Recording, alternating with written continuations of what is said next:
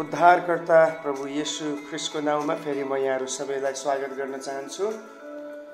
आजको यो Nepali Bible survey क्लासमा यहाँहरू सबैको जीवनमा प्रभुले आफ्नो वचनद्वारा यो क्लासबाट आशिष दिनुभएको मेरो प्रार्थना छ।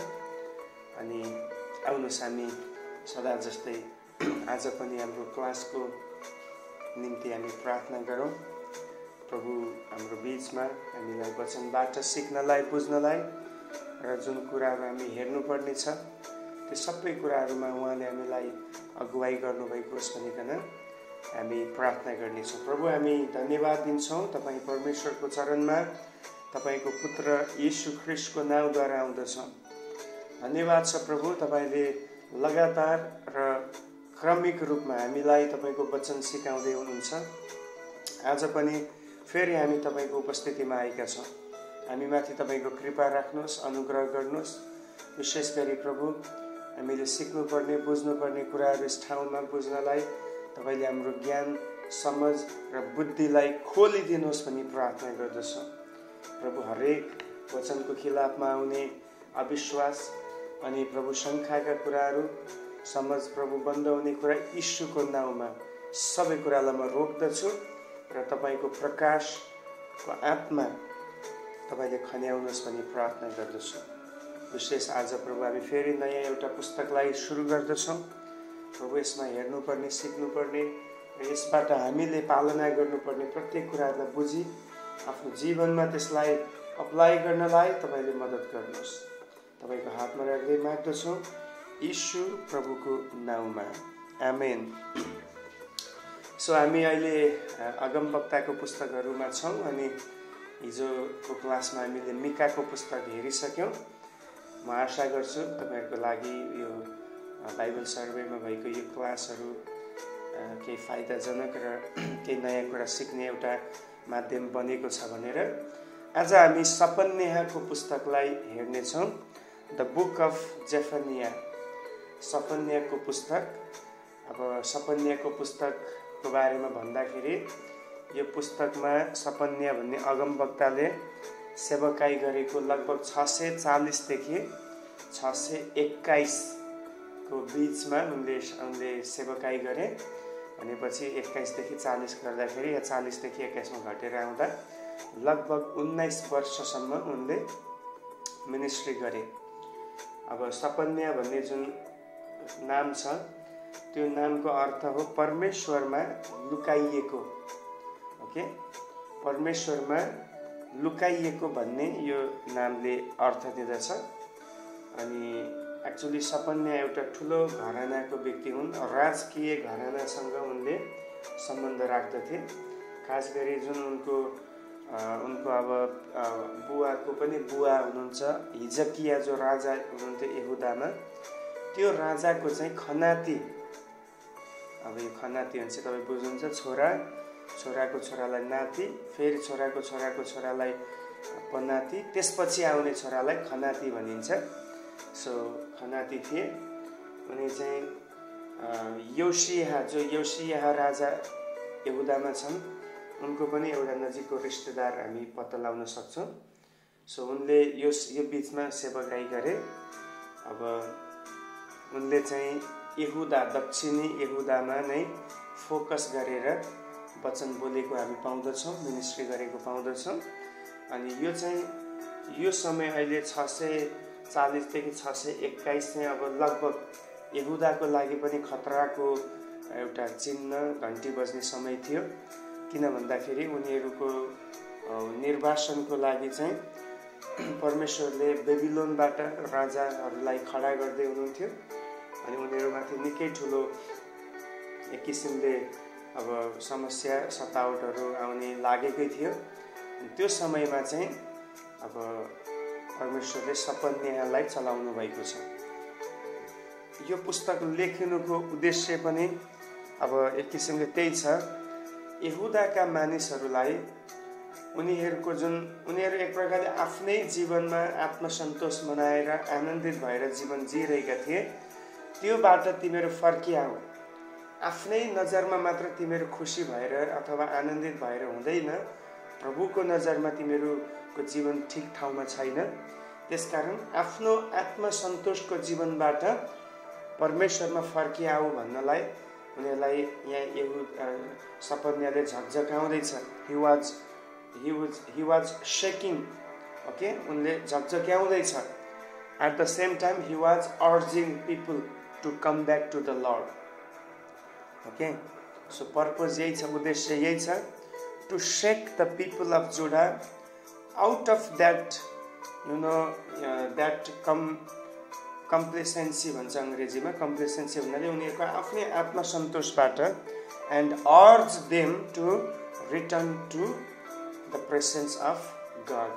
Okay, परमेश्वरको उपस्थितिमा उनीहरूको आफैलाई सम्झेको खुसी र आनन्दित जीवनबाट फर्किआउनको लागि नै यो सन्देश यहाँ दिएको छ। दुईटा कुरा हैन, एउटा चाहिँ उनीहरूलाई शेक गरिएको छ, उनीहरूलाई हल्लाइएको छ, सन्देशबाट झकझक्याइएको छ, अनि दोस्रो चाहिँ अर्ज पनि गरिएको छ, बिन्ती गरिएको छ। वास्तवमा एउटा प्रचारक पास्टर्सको सेवकाई, प्रभुको सेवकाई नै त्यही हो प्रिय। हामी जब वचन बोल्छौँ त्यसमा हामी अब चेतावनी पनि दिन्छौँ, मानिसहरूलाई पश्चातापको निम्ति कडा शब्दमा पनि बोल्छौँ, तर त्यसको साथसाथै हामी प्रेममा पनि रहेर हैन, अब हामीले मानिसहरूलाई बिन्ती पनि गर्नुपर्ने हुन्छ। एज अ पास्टर अब म आफैले पनि त्यो भोगेको र अनुभव गरेका कुराहरू हुन्। मानिसहरूलाई कतिचोटि कराउनु पनि पर्ने हुन्छ, अनि कतिलाई चाहिँ एकदमै प्रेम देखाउनु पर्ने अवस्था पनि आउँदछ। ओके, अब यसको लेखक चाहिँ स्वयं सपन्याह नै हुन् भन्ने कुरा हामी देख्छौँ, किनभने 1 अध्यायको 1 पद म तपाईँहरूलाई पढेर सुनाउँछु। अमोनका छोरा, अमोन भनेको तपाईँलाई थाहा छ, यहुदाको राजा, यहुदाका राजा योसियाहको शासनकालमा, भनेपछि यहाँ एउटा राजाको नाम आयो योसियाह हैन। योसियाह चाहिँ यहुदामा शासनकालमा उनीहरू थिए, उनीहरूले राज गर्थे। शासनकालमा हिजकियाका जनाती, हेर्नुहोस् है, अघि मैले भने नि, हिजकियाका जनाती, अमर्याहका पनाती, गदल्याहका नाति, कुशीका छोरा सपन्या कहाँ परमप्रभुको यो वचन आयो। भनेपछि अब यहाँको लेखक, द अथर इज को हो त? सपन्याह नै हुन्। अनि उनलाई अघि मैले भने उनी चाहिँ एउटा राजकीय घरानासँग तालुकात राख्ने व्यक्ति थिए। यहाँ चाहिँ अब हिजकिया भन्ने एकदमै प्रचलित र शक्तिशाली राजा र प्रभुको आशिष पाएको राजा पनि हुन्। त्यो राजाको चाहिँ उनी को रहेछन् त भन्दाखेरि पनाती, जनाती भनिएको छ। भनेको यहाँ 4वटा पुस्ता आउँदैछ हैन। कुशीको छोरो, गदल्याको नाति, अमर्याको पनाती अनि हिजकियाको जनाती भनिएको छ। जस त यही म तपाईलाई बुझाउन खोज्दैछु कि सपन्याह चाहिँ अब साधारण घरानाको होइन, तर उनी राजकीय घरानाबाट सेवकाईमा चुनिएका थिए। सो यहाँबाट हामी के बुझ्छौँ? परमेश्वरको सेवकाईमा अब हो, परमेश्वरले कमजोर र गरिबहरूलाई अनि दुर्बलहरूलाई त उहाँ बोलाउन आउनुभएको हो, त्यसमा कुनै सन्देह छैन। तर त्यसको साथसाथै उहाँले कतिपटक राजघरानालाई पनि उहाँले चुन्नुहुन्छ। हालेलुया। राजघरानालाई पनि उहाँको कामको निम्ति उहाँले चलाउन सक्नुहुन्छ भन्ने कुरा यहाँबाट हामी बुझ्छौँ। अब राजघराना भनेपछि तपाईँ देख्नुहुन्छ राजघराना पनि धेरै राम्रा प्रभुका दासीहरू थिए इतिहासमा हामीले पढ्दा। अनि उहाँले अब कमजोर घरानाबाट त धेरै चुन्नु भएको छँदैछ। सो प्रभुको चुनावमा को पर्छ को पर्दैन भन्ने कुरा हामी प्रेडिक्ट गर्न सक्दैनौँ। परमेश्वरलाई उहाँको सेवामा जो उपयोगी उहाँले ठान्नुहुन्छ उसलाई परमेश्वर चुन्नुहुन्छ, चाहे त्यो राजघराना होस् चाहे त्यो साधारण घराना होस्, जुनसुकै ब्याकग्राउन्डको भए पनि। Once God decide to choose into his kingdom then nobody can stop him. Okay, अब यो पुस्तकको जो लेखकले जो मतलब सम्बोधन गरेर लेखेको समूह भनेको चाहिँ अडियन्स भनेको चाहिँ को भन्दाखेरि दक्षिणी यहुदाका मानिसहरू नै हुन्। हैन। जुन अब यति बेला उत्तरी इजरायलका मानिसहरूको अब छैन, अस्तित्व लगभग गइसक्न लाग्यो, किनभने 722 मा त गइसक्यो उनीहरू। 722 मा उनीहरू पतन भइसके। उनीहरू अब इजरायलीहरू भनेर चिनिन सक्दैन, किनभने उनीहरूलाई अश्शूरियनहरूले के गरिसक्यो, क्याप्चर गरिसक्यो। केवल यहुदामा मात्रै अब यहुदीहरू छन्, अनि उनीहरूलाई नै अब यहाँनिर सपन्याले चाहिँ फोकस गरेर मिनिस्ट्री गरेको हामी पाउँदछौँ। यो पुस्तक लेखिएको मिति, रिटर्न डेट भनेको चाहिँ अब उनको सेवकाईको समय भनेको 640 देखि 621 हो। अनि मलाई लाग्छ उनले लेख्दाखेरि अब धेरै स्कलरहरूले पनि त्यही यहाँनिर विचारहरू राखेको छ।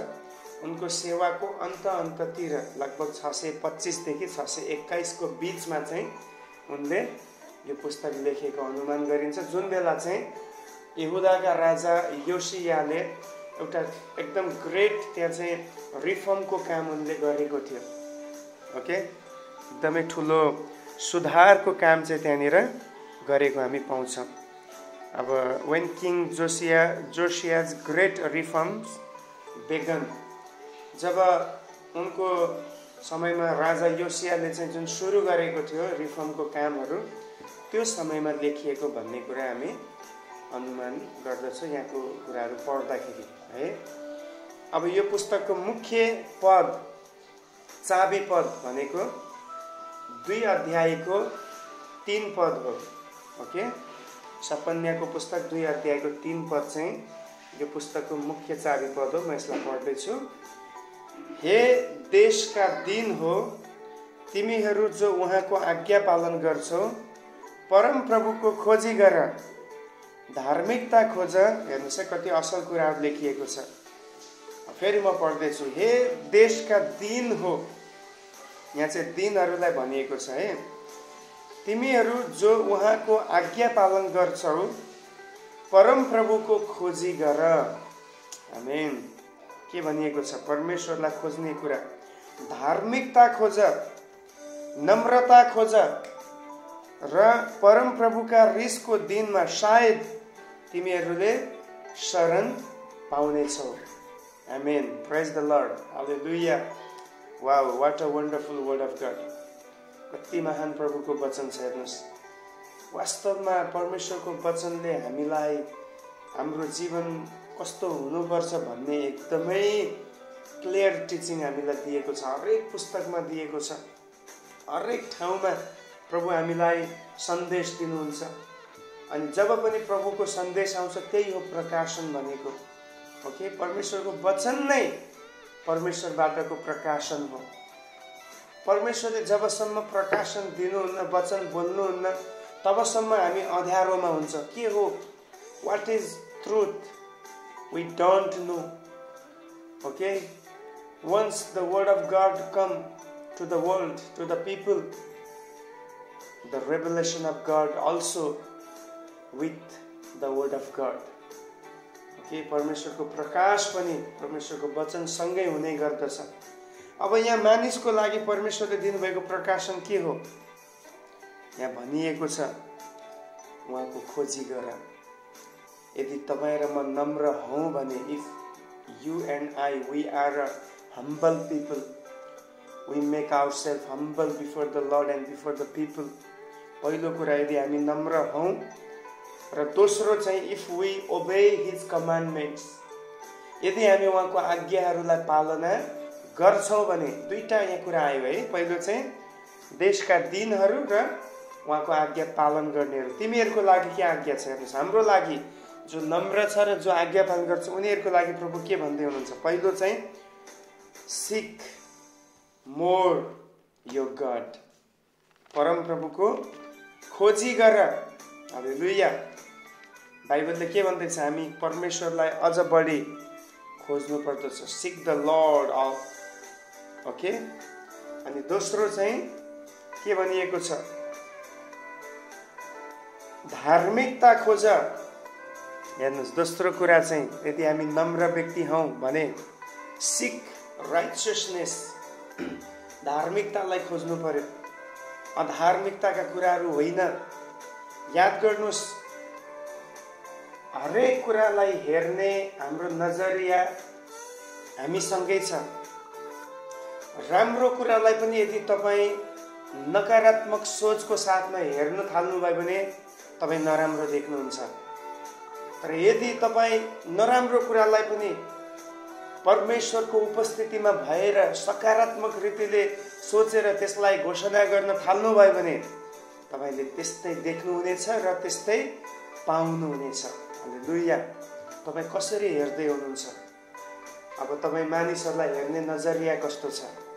कतिचोटि तपाईँको जीवनमा समस्या भएको हुन्छ तर तपाईँ के गर्दै हुन्छ? त्यो समस्या चाहिँ तपाईँ अरूलाई थोप्दै हुनुहुन्छ। यो फलानुले गर्दा मेरो जीवन बर्बाद भयो, मेरो छोरा फलानुले गर्दा राम्रो भएन, मेरो छोरी फलानुले गर्दा आशिष भएन, मेरो जीवनमा उन्नति हुनुपर्ने फलानुको काम प्रिय। यो कुरालाई, यो एटिट्युडलाई तपाईँले जबसम्म बदल्नुहुन्न तबसम्म तपाईँ रियलमा कस्तो हो भन्ने कुरा नै तपाईँ आफूलाई चिन्न सक्नुहुन्न। अरूलाई दोष लगाउने, अरूको कुरा काट्ने, अरूको बारेमा नकारात्मक सोच विचार राख्ने भनेको चाहिँ याद गर्नुहोस्, तपाईँ आफूले आफूलाई जहिले पनि ढाक्दै हुनुहुन्छ। सुधारको निम्ति तपाईँले आफूलाई धोका दिँदै हुनुहुन्छ अनि तपाईँ कहिले पनि धार्मिकताको कुरामा निपुण र परिपक्व हुन चाहिँ सक्नुहुन्न प्रिय। याद गर्नुहोस्, भनिएको छ धार्मिकताको खोजी गर। तपाईँ र म के को खोजी गर्दैछौँ आज? यदि धार्मिकताको खोजी गर्छौँ भने हामी आफू पनि धर्मी जस्तै बन्न पर्यो। तेस्रो कुरा भनिएको छ नम्रता खोज। हेर्नुहोस् है, आजको समयमा धेरै गाह्रो कुरा हो यो। हामी सबैको आफ्नो इगो छ, आफ्नो प्रशस्तता छ, आफ्ना कुराहरू छन् अनि हामी कसरी त्यो गर्न सक्छौँ? तर बाइबलले यही भन्छ, if you obey his commandment, if you make yourself humble, then you should seek more humility in your life. Okay, seek humility भनिएको छ, नम्रतालाई खोज। त्यसपछि के छ? र परम प्रभुका रिसको दिनमा सायद तिमीहरूले शरण पाउनेछौ। हेर्नुहोस्, अब यहाँ सपन्याको पुस्तकको पृष्ठभूमि तपाईँले बुझिसक्नुभयो। यहाँ चाहिँ एक किसिमले अब यहुदीहरूमाथि चाहिँ अब परमेश्वरको क्रोध दन्किँदैछ भन्ने कुरा चाहिँ उनले सन्देश दिँदैछ। अनि त्यो क्रोधबाट यदि तिमीहरू बच्न चाहन्छौ भने तिमीहरूले यो कामहरू गर्नुपर्छ। नम्रतालाई खोज्नु पर्यो, धार्मिकतालाई खोज्नु पर्यो, अनि त्यसपछि के खोज्नु पर्यो? स्वयं परमेश्वरलाई खोज्नु पर्यो, होइन? यो कुराहरू गर्ने व्यक्ति मात्रै उहाँको रिसदेखि, उहाँको क्रोधदेखि बच्न सक्दछ अरे। वा, यो पदलाई तपाईँ अन्डरलाइन गर्नु होला। एउटा एउटा शब्दलाई हामीले खोज्नुपर्ने कुरालाई अन्डरलाइन गर्नु होला अनि तपाईँले जाँच्नु होला एकचोटि कि परमेश्वरले भनेको कुरा म खोजी गर्दैछु। आज म के को आशा राखेर, के को खोजी गर्दै, कुन कुरालाई प्राथमिकता दिँदै अगाडि बढ्दैछु? Think about it. ओके, अब सपन्याको पुस्तकको ब्लू प्रिन्ट हामीले विचार गर्दाखेरि यो पुस्तक दुई भागमा विभाजित भएको छ। Okay, it is divided into 2 parts. दुई भागमा यो विभाजित छ। पहिलो चाहिँ भाग हो द डे अफ ऱ्याथ, क्रोधको दिन। 1 अध्यायको 1 देखि 3 अध्यायको 7 सम्म त्यहाँ हामी पाउँछौँ क्रोधको दिन। कसको क्रोधको दिन? अभियसली परमेश्वरको क्रोध, अटेरी, स्वार्थी र पापमा लागेका यहुदीहरूको विरुद्धमा उहाँको क्रोध दन्किँदैछ। सो 1 को 1 देखि 3 को 7 सम्म जब तपाईँ पढ्नुहुन्छ, तपाईँ यहाँ चाहिँ क्रोध, परमेश्वरले अब दण्ड पठाउने कुराहरू तपाईँ पाउनुहुन्छ। यहाँ चाहिँ अब चेतावनी पनि दिएको छ आउन लागेको समयमा के कस्तो कुरा हुनेछ, होइन? यहुदाको विरुद्धमा, अनि फलिस्तीहरूको विरुद्धमा, मोआबको विरुद्धमा, अम्मोन भन्ने देशको विरुद्धमा, कुश र अश्शुरको विरुद्धमा र यरुशलेमको विरुद्धमा। यरुशलेम सबैभन्दा प्रभुको प्यारो सिटी मानिन्छ, तर त्यही प्यारो सिटीको विरुद्धमा पनि परमेश्वर के गर्दै हुनुहुन्छ?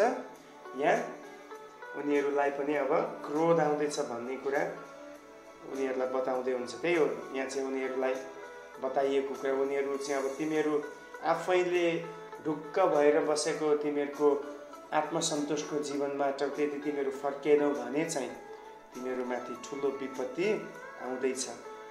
ओके, पहिलो पाठ हो क्रोधको दिन, द डे अफ ऱ्याथ, 1:1 देखि 3:7सम्म। अनि दोस्रो चाहिँ हामी देख्छौँ द डे अफ होप, आशाको दिन, 3 अध्यायको 8 देखि 20 पदसम्म। अब यहाँ चाहिँ फेरि आशा दिएको छ यरुशलेमका मानिसहरूलाई, यदि तिमीहरू पश्चाताप गर्दछौ भने।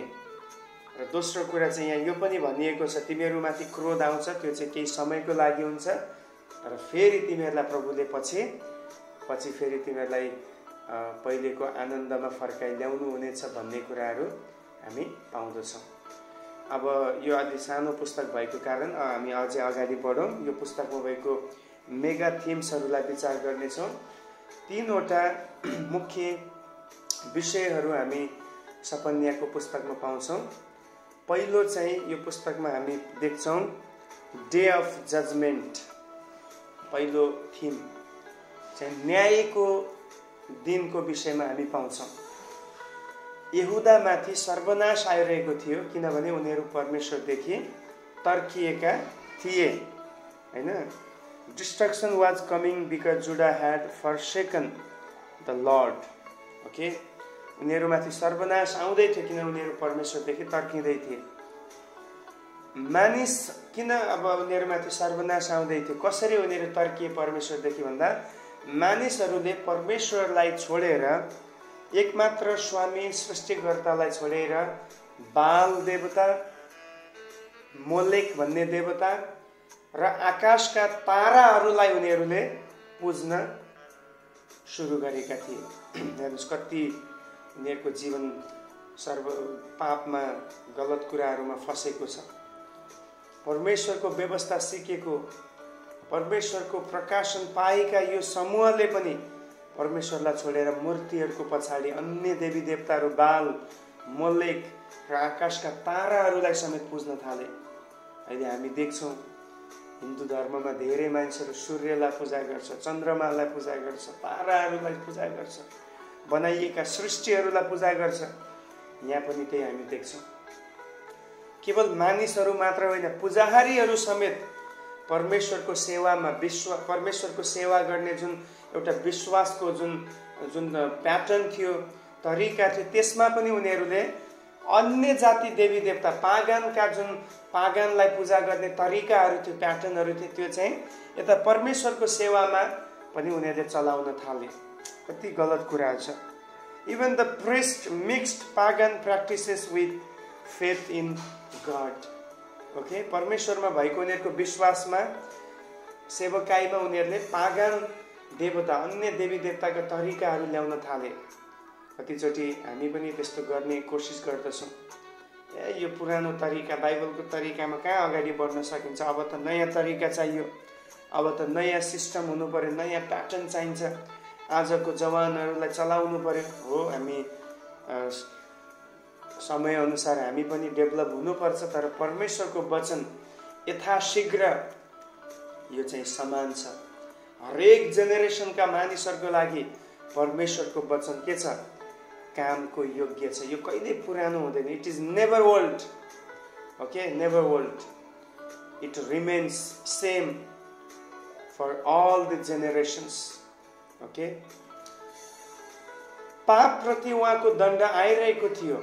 जब मानिसहरू यसरी अहम भएर, अटेरी भएर परमेश्वरलाई छोडेर अन्य मूर्तिहरूमा, अन्य देवी देवतामा भक्त भए, उनीहरूमाथि परमेश्वरको दण्ड आउँदै थियो। परमेश्वरको दण्डबाट बाँच्नलाई उनीहरूले 3टा कुरा गर्नुपर्ने थियो। पहिलो चाहिँ दे शुड लिसन गड। परमेश्वरलाई उनीहरूले के गर्नुपर्ने थियो, सुन्नुपर्ने थियो। दोस्रो चाहिँ एक्सेप्ट हिज करेक्सन। परमेश्वरको सुधारलाई उनीहरूले के गर्नु पर्यो, स्वीकार गर्नु पर्यो र ट्रस्ट हिम, उहाँमाथि भरोसा गर्नु पर्यो। यो 3टा कुरा आज पनि लागू हुन्छ। परमेश्वरको कुरा सुन्नु, सुधारलाई स्वीकार गर्नु र उहाँमाथि भरोसा गर्नु, भर पर्नु। आज तपाईँ र म प्रभुको कुरा सुन्दैछौँ हाम्रो जीवनमा, उहाँको करेक्सनलाई, सुधार गर्ने वचनलाई हामी स्वीकार गर्दैछौँ कि तपाईँ अरूलाई मात्रै सुधार गर्ने कुरा सिकाउँदै हुनुहुन्छ? याद गर्नुहोस्, हामी पहिला आफैलाई सुधार गर्नुपर्छ, पहिला आफैलाई हामीले काट्ने छाट्ने काम गर्नुपर्छ, त्यसपछि मात्रै हामी अरूलाई गर्न सक्छौँ। तेस्रो, उहाँमाथि भरोसा गर्नु। र चौथोमा निरन्तर के गर्नु पर्यो? उहाँको अगुवाई खोज्नु पर्यो। सिक हिज गाइडेन्स अलवेज। ओके, उहाँको अगुवाईलाई निरन्तर खोज्नु। चारवटा कुरा यहाँ बताए। उहाँलाई सुन्नु, सुधारको वचनलाई स्वीकार गर्नु, अनि उहाँमाथि भरोसा गर्नु र निरन्तर उहाँको अगुवाईको खोजी गर्नु। यदि हामी यो चारवटा काम गर्छौँ भने हामी परमेश्वरबाट बचाइनेछौँ। यदि हामी परमेश्वरलाई, प्रभुलाई आफ्नो प्रभु भनिकन स्वीकार गर्छौँ भने उहाँबाट आउने जुन क्रोध छ, जुन दण्ड उहाँबाट आउँदैछ, त्योबाट हामी के गर्नेछौँ? बच्नेछौँ। प्रकाशको पुस्तकमा हामी सिक्छौँ भविष्यप्रति पनि उहाँको दण्ड प्रकट हुँदैछ। यदि हामी त्योबाट बाँच्न चाहन्छौँ भने हामी आज नै उहाँलाई प्रभुको रूपमा स्वीकार गरी हाम्रो जीवनमा उहाँलाई हामी राज गर्न दिउँ। हामी आउने लागेको क्रोधदेखि बच्नेछौँ। दोस्रो मेगा थिम हामी पाउँछौँ हामी यो पुस्तकमा, इन्डिफरेन्स टु गड। परमेश्वरप्रति उदासीनता, इन्डिफरेन्स।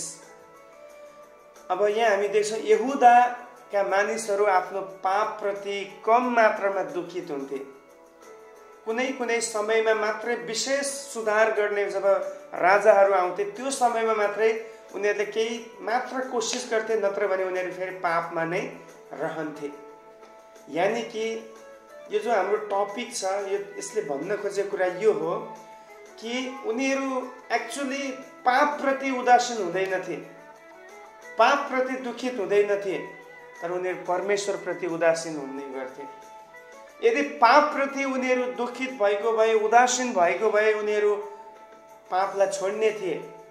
तर उनीहरू के गर्दथे? ओहो, हामीले पाप छोड्नुपर्ने, यो छोड्नुपर्ने, वो छोड्नुपर्ने, परमेश्वरलाई यो गर्नुपर्ने भनेर उनीहरू परमेश्वरप्रति नै उदासीन भए। ओ, कति खराब कुरा हो यो।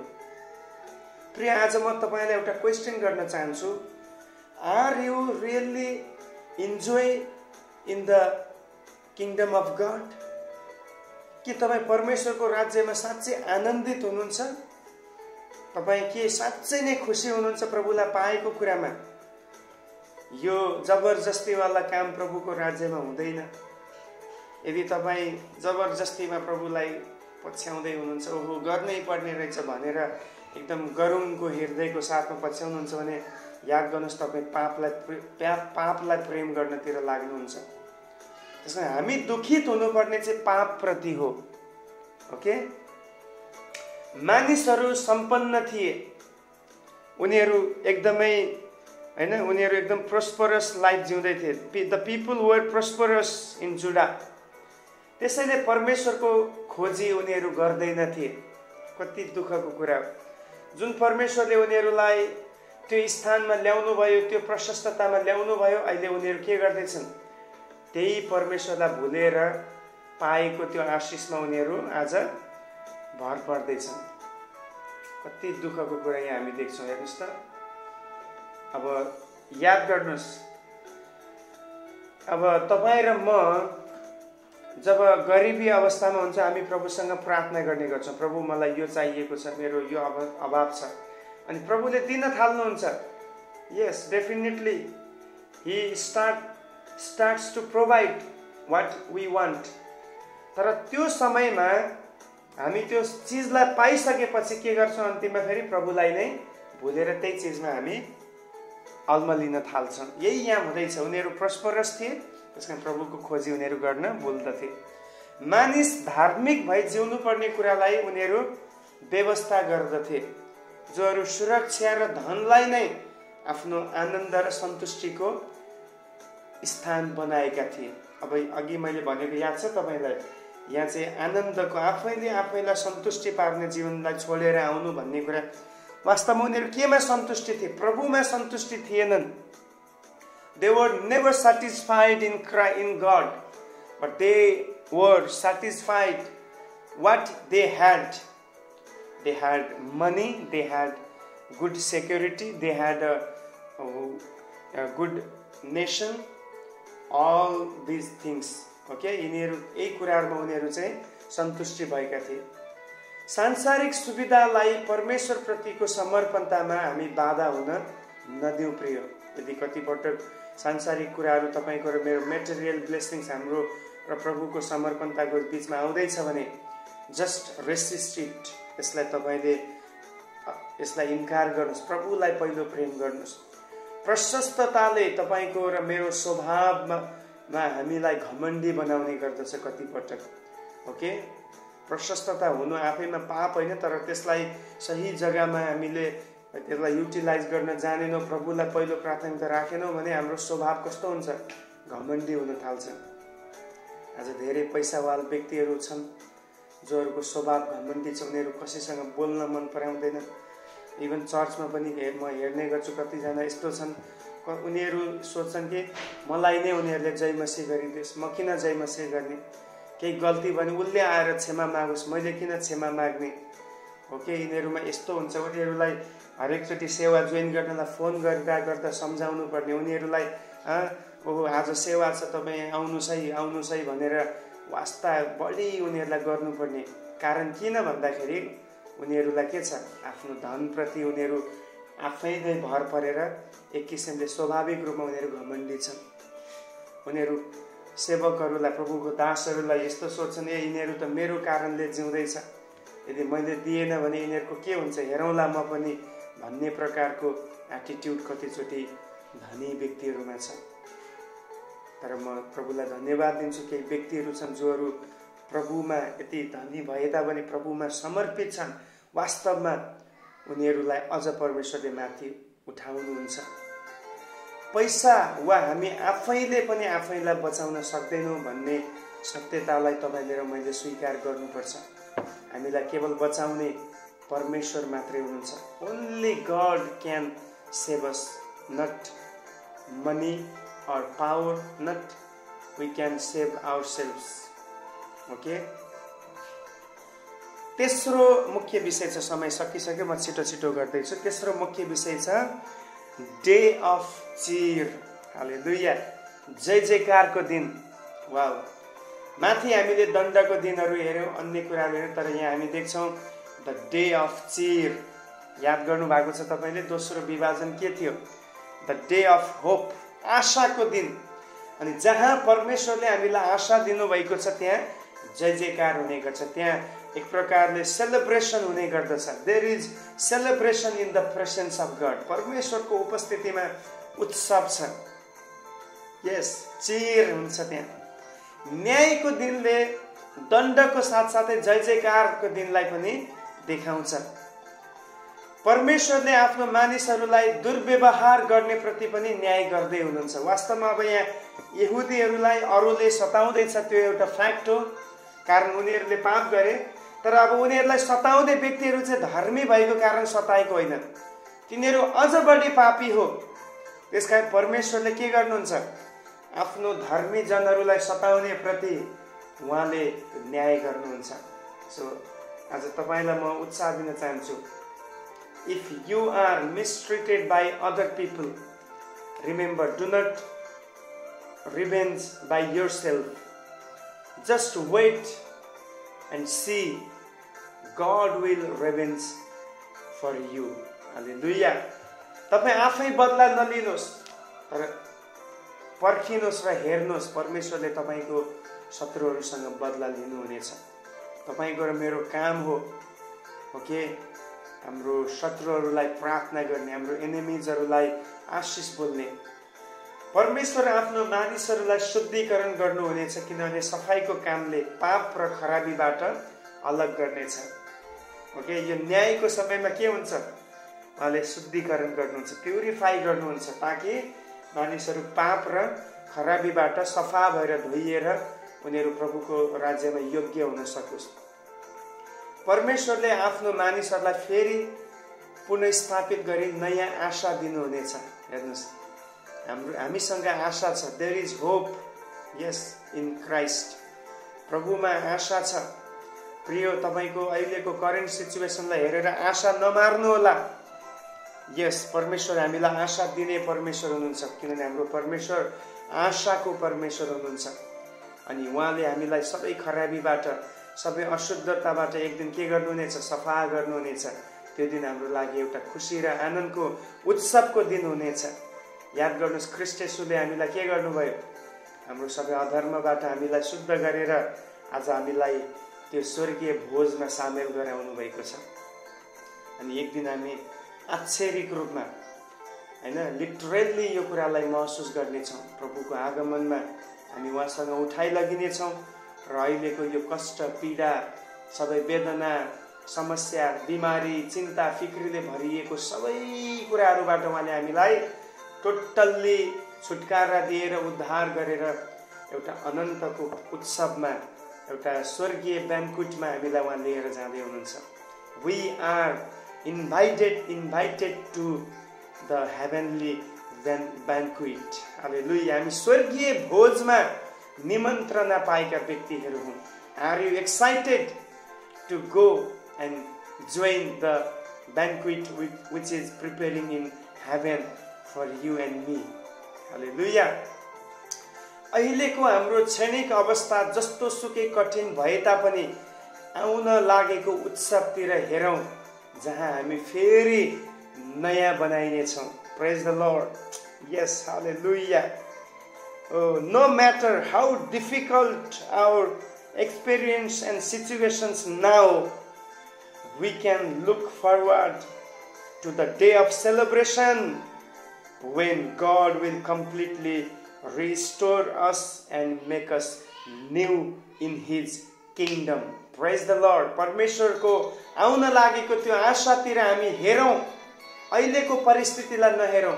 लुक फरवर्ड, यस, अगाडितिर हेरौँ, जहाँ हामी फेरि नयाँ बनाइनेछौँ। अनि यो दिन चाहिँ साँचो आनन्द र उत्सवको दिन तपाईको र मेरो निम्ति बन्नेछ। सो म तपाईहरुलाई यही उत्साह दिन चाहन्छु, यही नथाक्नुहोस्, यही नलड्नुहोस्, हार नमान्नुहोस्, तर अगाडितिर हेर्नुहोस्। Look forward, our Jesus Christ is coming soon and the banquet is preparing for you and me. Wow, एउटा भोज हाम्रो लागि तयार हुँदैछ स्वर्गमा। Are you ready? सो आजको क्लासबाट प्रभुले हामी सबैलाई आशिष दिनुभएको होस्। फेरि भोलि हामी अर्को नयाँ क्लासमा अगाडि बढ्नेछौँ। तबसम्मको लागि परमेश्वरले यहाँहरू सबैलाई आशिष दिनुभएको होस्। जय मसीह।